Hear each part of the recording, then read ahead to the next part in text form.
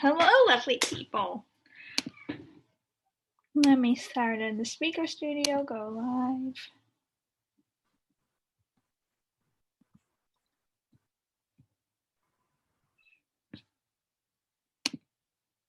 Hello, lovely people. This is Eliana Sisman.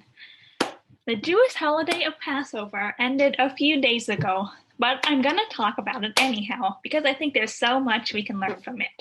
This holy time not only means the world to me and my fellow Jews at UCLA and beyond, it also teaches universal lessons about history, community, and freedom. I'm delighted to speak with my friends Sachi Cooper and Stacey Polishook about the meaning of this time to our people and to everyone striving for liberation. Sachi Cooper is a UCLA student. He's our facilities commissioner, advocating for accessibility and sustainability, and he's also very involved in UCLA Hillel. Stacey is a writer and a very thoughtful, intelligent person who I've known for a while. Hello, Stacey. Great to have you with us. What's Passover about? What's Passover about? So Passover celebrates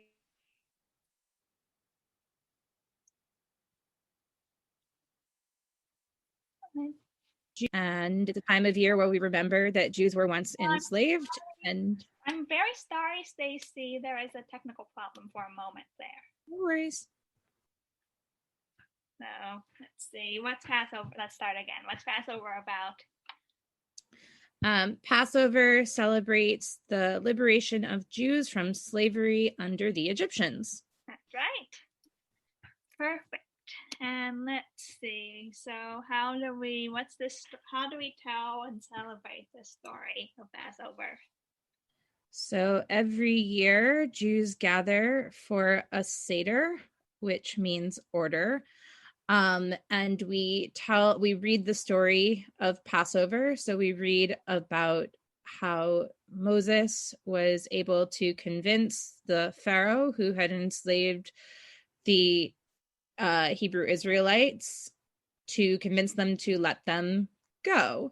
And he was very reluctant to do so. So the story tells the entire beginning, middle, and end of Moses's rise to be the voice and speaker of the Jewish people, how he, and with the help of his brother Aaron and his sister Miriam, were able to lead the people to freedom. And of course, the help of Hashem, who brought out the plagues and convinced Pharaoh that trying to continue to hold the Jews as slaves was a really bad idea.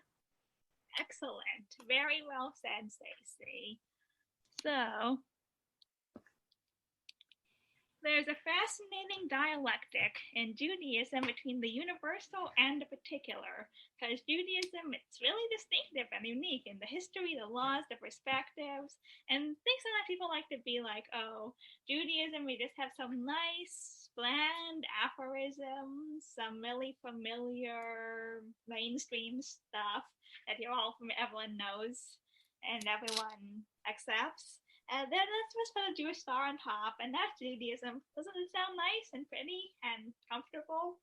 And like that's usually well intentioned, but still kind of erases. It's kind of erasing difference, which you see a lot because people are kind of uncomfortable with difference, so they try and make them like, and it makes it hard. You can't really engage with or learn from Jewishness if you act like it's just not different. Like if you act like it doesn't really exist, it's just like some nice little flavor to the regular mainstream stuff, that then it kind of whatchamacallit. You can't engage with it. You can't see that it's a thing that exists and shapes people's lives, and it's harder to have a good relationship with.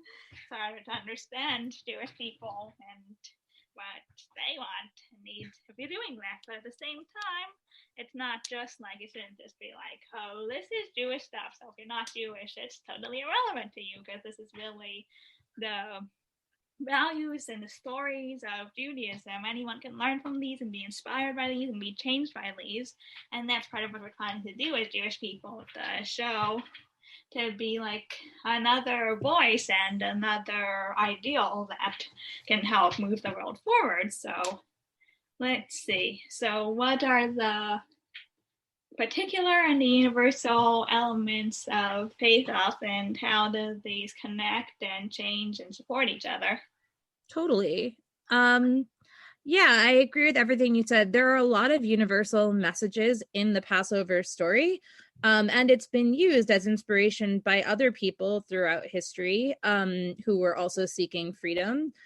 There was actually a huge kerfuffle on Twitter about a song called Go Down Moses, which is actually an African American spiritual that was sung by slaves who took a lot of inspiration from the story of Passover, ultimately from the story of Exodus, which is where Passover comes from. And this idea that, you know, God was there even in slavery, even in times of trouble. God was still there and would ultimately redeem the oppressed people. And I say this caused a little bit of a kerfuffle because there was a question of, well, who owns this song, Go Down Moses? Whose song is it? It comes from a Jewish text, Exodus, but that text was taught with the Christian tradition of Exodus, not necessarily the Jewish one, because what the slaves were learning was very much Christian text and Christian interpretation of that story. So, you know, there were different factions, but I personally, in my belief, I would say that is an example of how this story was made universal and used by another group who was also enslaved and saw the beauty of the story that the Jews were enslaved but came to freedom. And it's fine for Jews to recognize, hey, that's our text. We know that text. But it's actually, that's kind of the universal story element. But it's not part of the traditional Jewish Seder, i.e. the Haggadah that's been passed down for hundreds of years. So that's, I think, it just made me think of a very crucial moment that this kind of came to a head of where's the universalized version of Passover and the story of Exodus, and where's the very Jewishy part.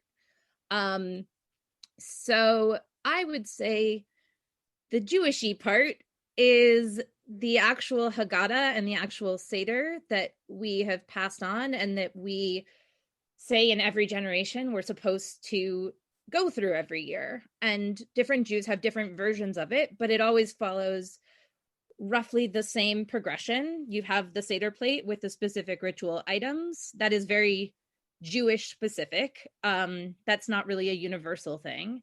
So you have like the egg, you have the shank bone, you have the parsley, you have the maror, and you have the haroset, which are all each individual ritualistic symbolic elements that tell us parts of the story of Pesach. You have songs like Dayenu, which is, again, has very universal themes, i.e., so for listeners who don't know, Dayenu means it would have been enough.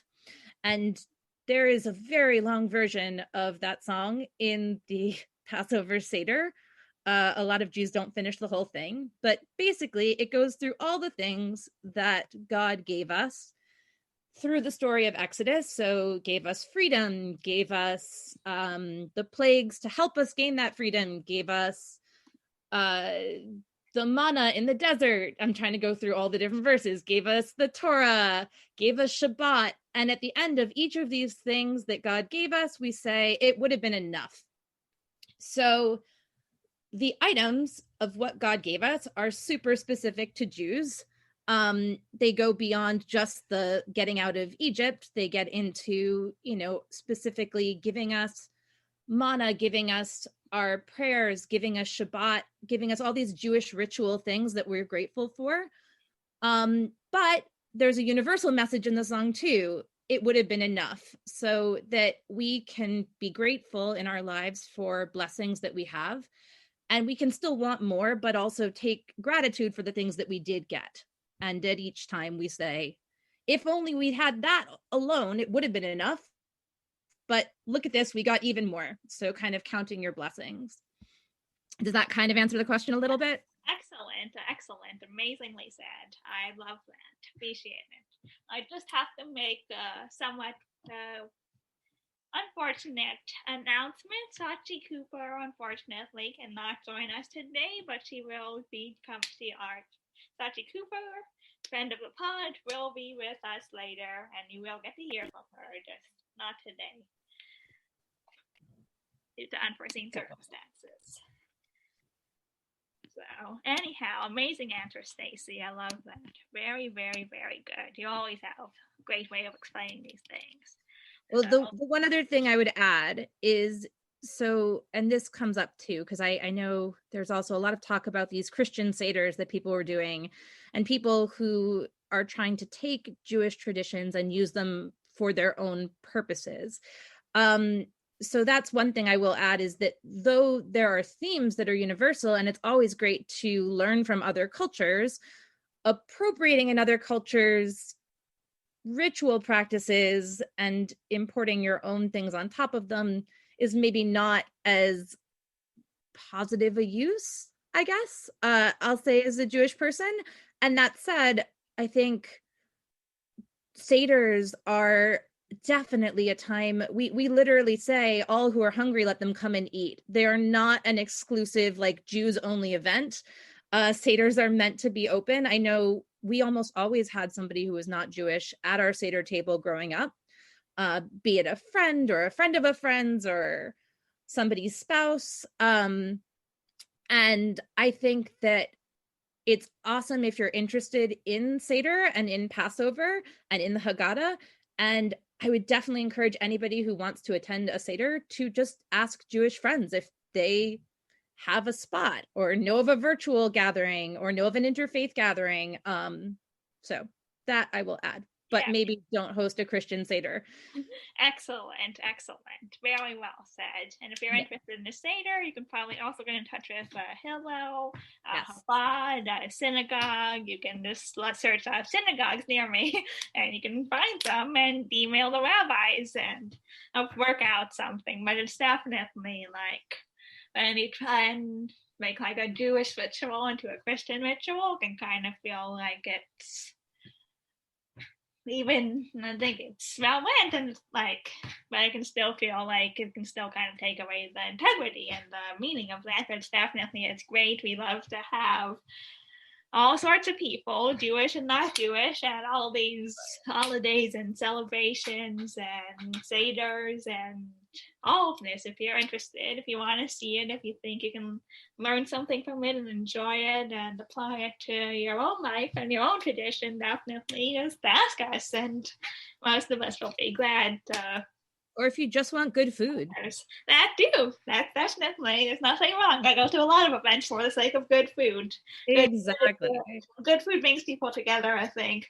When you're eating, it's like, let's see, like, you're not gonna usually just feel like, oh, this is great.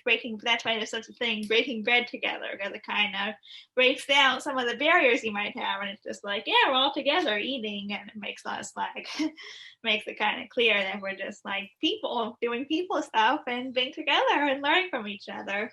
And food kind of captures the whole universal particular thing, because like, yeah, has to be particular cultures for us to have so much fascinating food. If everything was just made in some bland amalgamation of let's all just go and assimilate into the mainstream culture and give up everything that's distinctive, our food would be boring, wouldn't it? If at the same time, food is universal, because anybody can cook and eat any sort of food. So it's like, shows the value of having distinctiveness and coming together at the same time. Absolutely. Thank you. Thanks. Let's see, I'm going to throw a question at you that I just came up right now. That's all right.